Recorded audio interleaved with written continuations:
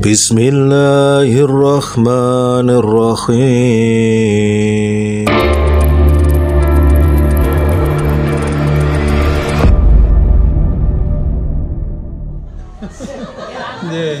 Jadi saya terkena COVID itu cerita dulu mungkin tambah sedikit. Cerita saya terkena COVID itu begitu saya dilantik pindah ke Jakarta bulan Agustus tanggal 16 Agustus dilantik, itu mau serah terima jabatan langsung dinyatakan COVID, sehingga tidak jadi serah terima jabatan. Kemudian saya harus isolasi mandiri, tidak tanggung-tanggung, waktu itu baru dinyatakan negatif 1 bulan. Jadi, dan setelah 1 bulan harus diperpanjang isolasi mandiri. Jadi 1,5 bulan saya isolasi mandiri, belum sempat kerja, udah isolasi mandiri 1 bulan. Ya itu ya prinsipnya hasil tesnya itu kok COVID itu. Nah itu masalahnya, itu alat ukurnya itu yang nggak jelas. Itu. Terus habis itu kembali ke Jakarta, mulai tugas, mulai waktu itu dari Agustus 1,5 bulan, kemudian saya bertugas bulan Juli kemarin, Juli pas katanya Delta, nah, saya kena COVID lagi, Delta lagi, selama 20 tahun. Itu pertama kali saya buka kuncinya dan saya tempati isolasi mandiri sendiri, Pak. Jadi nggak tahu, katanya ada jin, setan apa nggak tahu saya. Bismillah itu ya alhamdulillah. Jadi itu yang kemudian, jadi kerjanya isolasi mandiri sambil resik-resik rumah. Satu ya. Malah enak Pak ya. Itu ya sama dinyali, Pak. Memang stres luar biasa karena sanksi sosialnya, Pak. Jadi karena sanksi stres ya akhirnya secara psikis juga menjadi berat. Nah ini udah aja. Iya, kalau ngirim anak saya itu dicandalkan di pintu, Pak. Anak pun nggak boleh masuk, semua nggak boleh masuk. Terlalu paranoid, Pak ya. Candalkan di pintu aja, sudah. Nah, itu, jadi merasakan kalau besok mati itu kayak gini ya. Lah sendiri, Pak. Nah itu ini cerita menarik, Pak. Nah, pada saat saya ada ketegangan itu antara, katanya begitu bahayanya COVID kan, jadi tegang antara hidup dan mati mungkin. Nah sendiri, saya itu ini ingat saat taruh di depan saya, kemudian saya niatkan untuk minta obat sama Allah dengan gabut Allah tadi, Al-Quran itu saya buka. Begitu saya buka, ayat yang saya baca terjemahannya prinsipnya adalah bahwa hari kematian itu sudah ditentukan harinya. Tidak ada yang bisa mengajukan dan tidak bisa ada yang mengundurkan, termasuk COVID. Sehingga setelah itu saya PPD, ya, betul Pak. Karena apa? Ya kalau saya mau mati, ya memang udah mestinya mati. Oh, iya, betul. Bukan karena COVID. Nah, itu ya, saya setuju itu. Setuju aku. Ya, karena Jos. Ya. Takbir. Selamat gitu. Hebat. Itu mohon maaf cara berobat garpu tala. Kisah nyata ya, Pak ya. Yang saya terahkan dengan membuka luar biasa. Kamu ayatnya demikian, dan itulah kemudian yang saya yakini. Akhirnya saya yakin dengan saya yakinnya kalau saya memang dingindaki Allah ini masih hidup, ya urip. Ya urip gitu. Dengan COVID ya hidup. Kalau udah mau mati ya udah mati, udah mau apa lagi, udah saatnya. Begitulah kira-kira pengalaman ini, dan alhamdulillah saya akhir surah An-Nahl akan saya bacakan dan saya sampaikan terjemahannya. A'udzubillahi minasyaitonirrajim.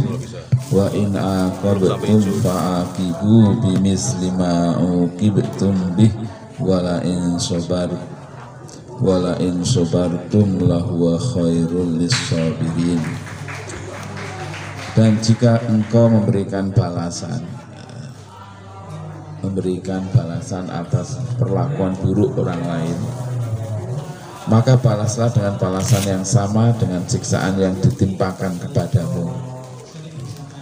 Dahulu Rasulullah ketika pamannya Hamzah itu meninggal dengan kondisi yang kita sebut sangat keji, sangat mengenaskan, ya, dalam perang Uhud, ya, ditombak dari belakang, dibelah dadanya, dikeluarkan isi perutnya oleh pembunuh bayaran namanya Wahsy, ya. dan yang menyuruh itu aktor intelektualnya itu Hindun namanya. Maka Rasulullah bersumpah akan saya balas dengan 70 kali lipat. Ini gue banget Pak Agus. Istilahnya gitu. Jadi tapi kemudian turun ayat ini, jika engkau hendak membalas maka jangan membalas kecuali yang semisal atau yang sama dengan siksaan yang ditimpakan. Di satu nyawa harus dibayar satu. Wala in sobartu, tapi kalau engkau bersabar berarti tidak membalas. Lahuwa khairul lisabirin, maka itu benar-benar baik sekali ya, bagi orang-orang yang mau melakukannya, yaitu bersabar dari apa yang dilakukan orang yang buruk-buruk dan kita tidak membalasnya. Lalu ayat berikutnya ya, mungkin bisa dibuka Al-Qur'annya 127. Wasbir wa ma sabruka illa billah wala tahzan alaihim wala taku fi dhaiqim mimma yamkurun. Nah ini cocok sekali ya untuk kondisi sekarang. Bersabarlah hai Muhammad, tiadalah kesabaranmu itu melainkan dengan pertolongan Allah. Nah, ini tadi ceritanya Pak Suroyo. Jadi kalau Allah menghendaki maka tidak ada yang bisa menghalangi. Kalau Allah menghalangi tidak ada yang bisa memberi. Itu doa yang diajarkan oleh Rasulullah setelah kita sholat ya. Khususnya setelah membaca la ilaha illallah wahdahu la syarikalah. Kemudian membaca Allahumma la mani'a lima a'toita wa la mu'tiya lima mana'ta wa la yanfa'u dzal jaddi minkal jaddi. Ya Allah, tidak ada yang bisa menghalangi ya, atas apa yang akan engkau beri, dan tidak ada yang bisa memberi kalau engkau, dan tidak ada gunanya harta bagi orang-orang yang kaya terhadap, nggak ada gunanya. Maka kemudian wala tahzan alaihim, janganlah engkau bersedih terhadap kekufuran mereka, ini terhadap perilaku orang-orang yang jahat itu, tidak usah sedih.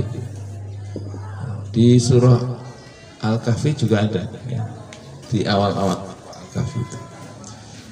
Wala taku fi dhaiqim mimma yamkurun, janganlah engkau bersempit dada atas tipu daya mereka.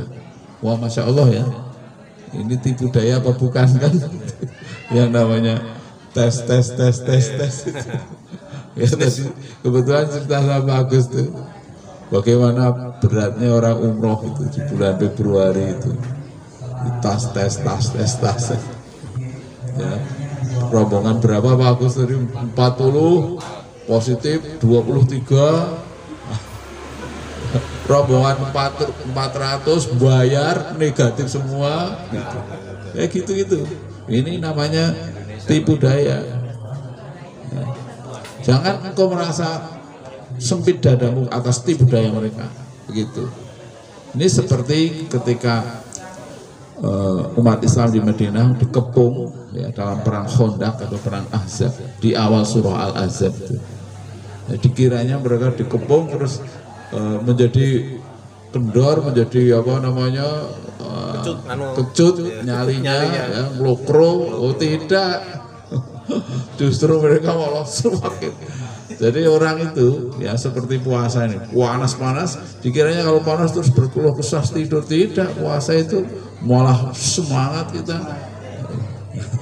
Saya juga belajar seperti itu. Tadi saya siang-siang ngisi pengajian, habis ngisi pengajian di Kulon Progo terus di Kalasan, oh malah semangat banget. Sebenarnya antara apa namanya pilihan ya, mau kita aduh saya gini gitu atau saya bisa begitu, itu kan sebuah pilihan kita saja. Maka kita selalu mengucapkan alhamdulillah, insyaallah, la haula wala quwata illa billah, begitulah. Jadi ingat dulu Pak Agus waktu haji dulu itu masih ingat Pak Bagio paling sepuh kan. Ya, Pak Bagio itu waktu mau jumroh, kebetulan saya kan ditugasi untuk mengawal, untuk menemani. Itu Pak Bagio, lah Allah, berangkat tuh sampai nafarsan, artinya tidak pernah digantikan oleh orang lain. Saya berjalan di belakang beliau itu pakai sandal jepit beliau itu. Masya Allah, subhanallah. Bukan seperti Pak Bagio yang selama orang tua gitu. Waktu itu, nah, begitu sakitnya setelah Di rumah ya. dinobatkan sebagai haji, terjatuh sakit. Jadi orang itu kadang justru kalau dia menderita itu keluar energi potensinya, semangat. Tapi ketika diberi banyak kenikmatan, kesuksesan, itu malah justru melemah, nah, malah ngelokro. Lalu kemudian ditutup dengan ayat terakhir, innallaha ma'alladzina taqaw walladzina hum muhsinun. Sesungguhnya Allah beserta orang-orang yang bertakwa dan berbuat kebaikan. Semoga kita termasuk orang-orang yang bertakwa. Amin. Dan selalu ingin melakukan kebaikan dan kemanfaatan bagi sesama. Demikianlah yang saya sampaikan. Mudah-mudahan menambah semangat kita dalam mengarungi sisa-sisa waktu yang Allah berikan dalam hidup ini, dan pada akhirnya kita akan kembali ya, dengan husnul khotimah, insyaallah. Amin. Assalamualaikum warahmatullahi wabarakatuh.